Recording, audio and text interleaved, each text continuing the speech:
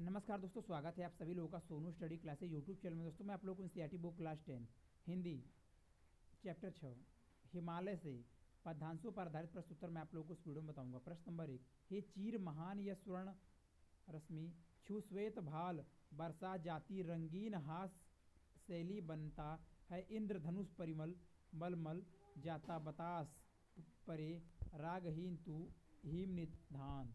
उत्तर, स्वर्ण रसीम सुनहली किरणशैली पगड़ी परिमल सुगंध बतास वायु रागहीन आसक्ति रहित। संदर्भ, प्रस्तुत काव्य पंक्तियां हिंदी की महान कवित्री श्रीमती महादेवी वर्मा द्वारा रचित सांध्य गीत नामक ग्रंथ से हमारी पाठ्य पुस्तक हिंदी के काव्यखंड में सकलित हिमालय से शीर्षक कविता से अवतरित है।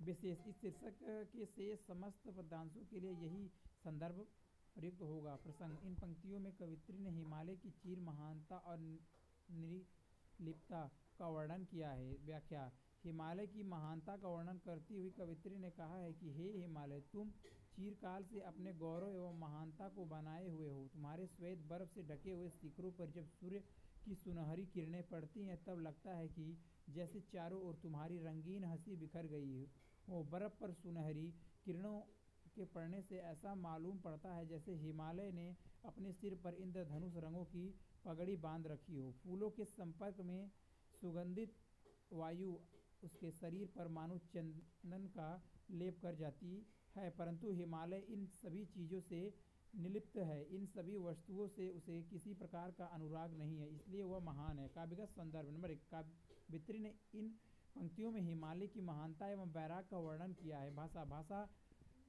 सरल सुबोध खड़ी बोली। नंबर 3, शैली चित्रात्मक और भावनात्मक। नंबर 4, रस शांत। नंबर 5, छंद अतुकांत मुक्त। नंबर 6, गुण माधुर्य। नंबर 7, शब्द शक्ति। यह स्वर्ण रश्मि छू श्वेत भाल वर्षा जाति रंगीन हास में छड़ो। नंबर 8, अलंकार। यह स्वर्ण रहित छू श्वेत भाल में रूपक परिमल मलमल जाता बतास में पुनः रुक्ति प्रकाश तथा हिमालय के मानव चित्रण में मानवीय कर्ण का माधुर्य मन को आकर्षित करता है। प्रश्न नंबर 2, नभ में गभित झुकता न शीश पर अंक लिए है दीन छार मन गल जाता नत विश्व देख तनसह लेता है पुलिस भार कितने मृदु कितने कठिन प्राण। उत्तर, गवित गर्भ से उठा हुआ, अंक गो छार राख मन गल जाता हृदय दया से भर जाता है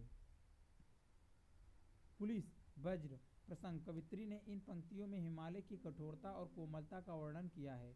व्याख्या, कवित्री का कथन है कि हे हिमालय, स्वाभिमान से आकाश को छूने वाला तुम्हारा मस्तक किसी शक्ति के सम्मुख कभी नहीं झुकता है। फिर भी तुम्हारा हृदय इतना उदार है कि तुम अपनी गोद में तुच्छ धूल को भी धारण किए रहते हो। सागर को अपने चरणों में झुका देकर तुम्हारा कोमल हृदय पिघलकर सरिताओं के रूप से प्रभावित होने लगता है। हे हिमालय, तुम अपने शरीर पर वज्र के आघात सहकर भी विचलित नहीं होते। इस प्रकार तुम हृदय से कोमल और शरीर से कठोर हो। काव्यगत संदर्भ, नंबर 1, इन पंक्तियों में कवित्री ने हिमालय का मानवीयकरण करते हुए उसके कोमल एवं कठोर स्वरूप का चित्रण किया है। नंबर 2, भाषा सरल साहित्यिक खड़ी बोली। नंबर 3, शैली चित्रात्मक और भावनात्मक। नंबर 4, रस शांत। नंबर 5, छंद अतुकांत मुक्त। नंबर 6, गुण माधुर्य। नंबर 7, शब्द शक्ति लक्षणा। नंबर 8, अलंकार कितने मृदु कितने कठिन प्राण में अनुप्रास एवं विरोधाभास हिमालय के चित्रण में मानवीय कर्ण। नंबर 9, भाव साम्य। प्रसिद्ध संस्कृत कवि भवभूति ने श्रीराम में कोमलता और कठोरता के विरोधाभासी लक्षणों को देखकर कहा था, ब्रजादपि कठोराणि मृदुनि कुसुमादपि लोकोत्तराणाचेतांसि कोपनु विज्ञातु महर्षि। प्रश्न नंबर 3, टूटी है तेरी कब समाधि झड़ा लोटे सत हार हार। वह चला दुर्गों से, किंतु नीर सुनकर जलते कड़ की पुकार, सुख से विरक्त दुख में समान। उत्तर झझा आंधी, सत सो दृग नेत्रा, नीर पानी, जलते कण की पुकार, धूप से तप्त धूल के कणों की व्यवस्था। प्रसंग प्रस्तुत पंक्तियों में श्रीमती महादेवी वर्मा ने हिमालय की दृढ़ता, उसके हृदय की कोमलता का सुंदर चित्रण किया है। व्याख्या। महादेवी वर्मा जी ने हिमालय को एक समाधि योगी के रूप में देखा है। वह उससे कहती है कि हे हिमालय, सैकड़ों आंधी तूफान तुमसे टकराते हैं और तुम्हारी दृढ़ता के सम्मुख हार मानकर लौट जाते हैं, किंतु तुम अविचल भाव से समाधि में लीन रहते हो। इतनी बड़ी सहन शक्ति और दृढ़ता होने पर भी तुच्छ धूल के जलने कण की करुण पुकार सुनकर तुम्हारी आंखों से करुणा के आंसू जल धारा बहकर बहने लगते हैं। तुम में दृढ़ता है और हृदय की कोमलता भी है। तुम्हारी सुख भोग में आसक्ति नहीं है। तुम सुख और दुख में एक समान रहते हो। यह समत्व की भावना तुम्हारी उच्चता की उदक है। काव्य का संदर्भ नंबर 1। जहाँ एक और हिमालय के बाहरी स्वरूप में कठोरता है, वहीं दूसरी ओर उसमें हृदय की करुणा भी विद्यमान है। नंबर 2। कवित्री ने प्रकृति का सुंदर चित्रण किया है। नंबर 3। भाषा शुद्ध साहित्यिक खड़ी बोली। नंबर 4। शैली गीति।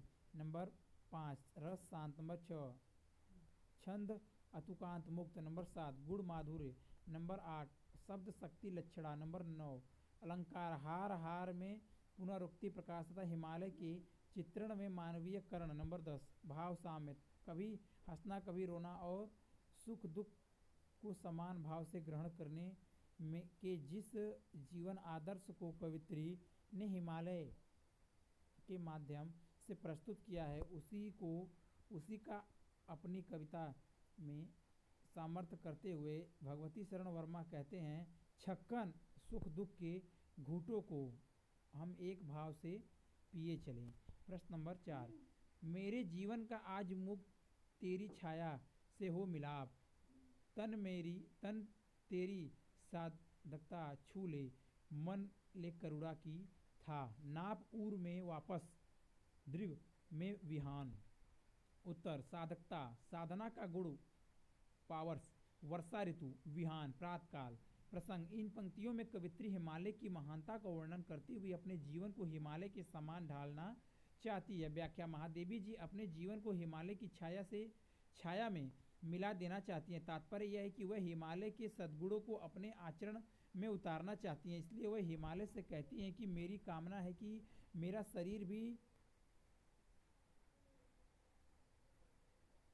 तुम्हारी तरह कठोर साधना शक्ति से परिपूर्ण हो और हृदय में तुम्हारे जैसी करुणा का सागर भर जाए। मेरे हृदय में तुम्हारे जैसी करुणा की बरसात के कारण बरसता बनी रहे, परंतु आंखों में ज्ञान की ज्योति जगमगाती रहे। काव्यगत संदर्भ। नंबर 1। महादेवी जी अपने तन मन को हिमालय की समान साधना शक्ति और करुणा से भर देना चाहती हैं। नंबर 2। भाषा साहित्यिक खड़ी बोली, शैली भावनात्मक गीति।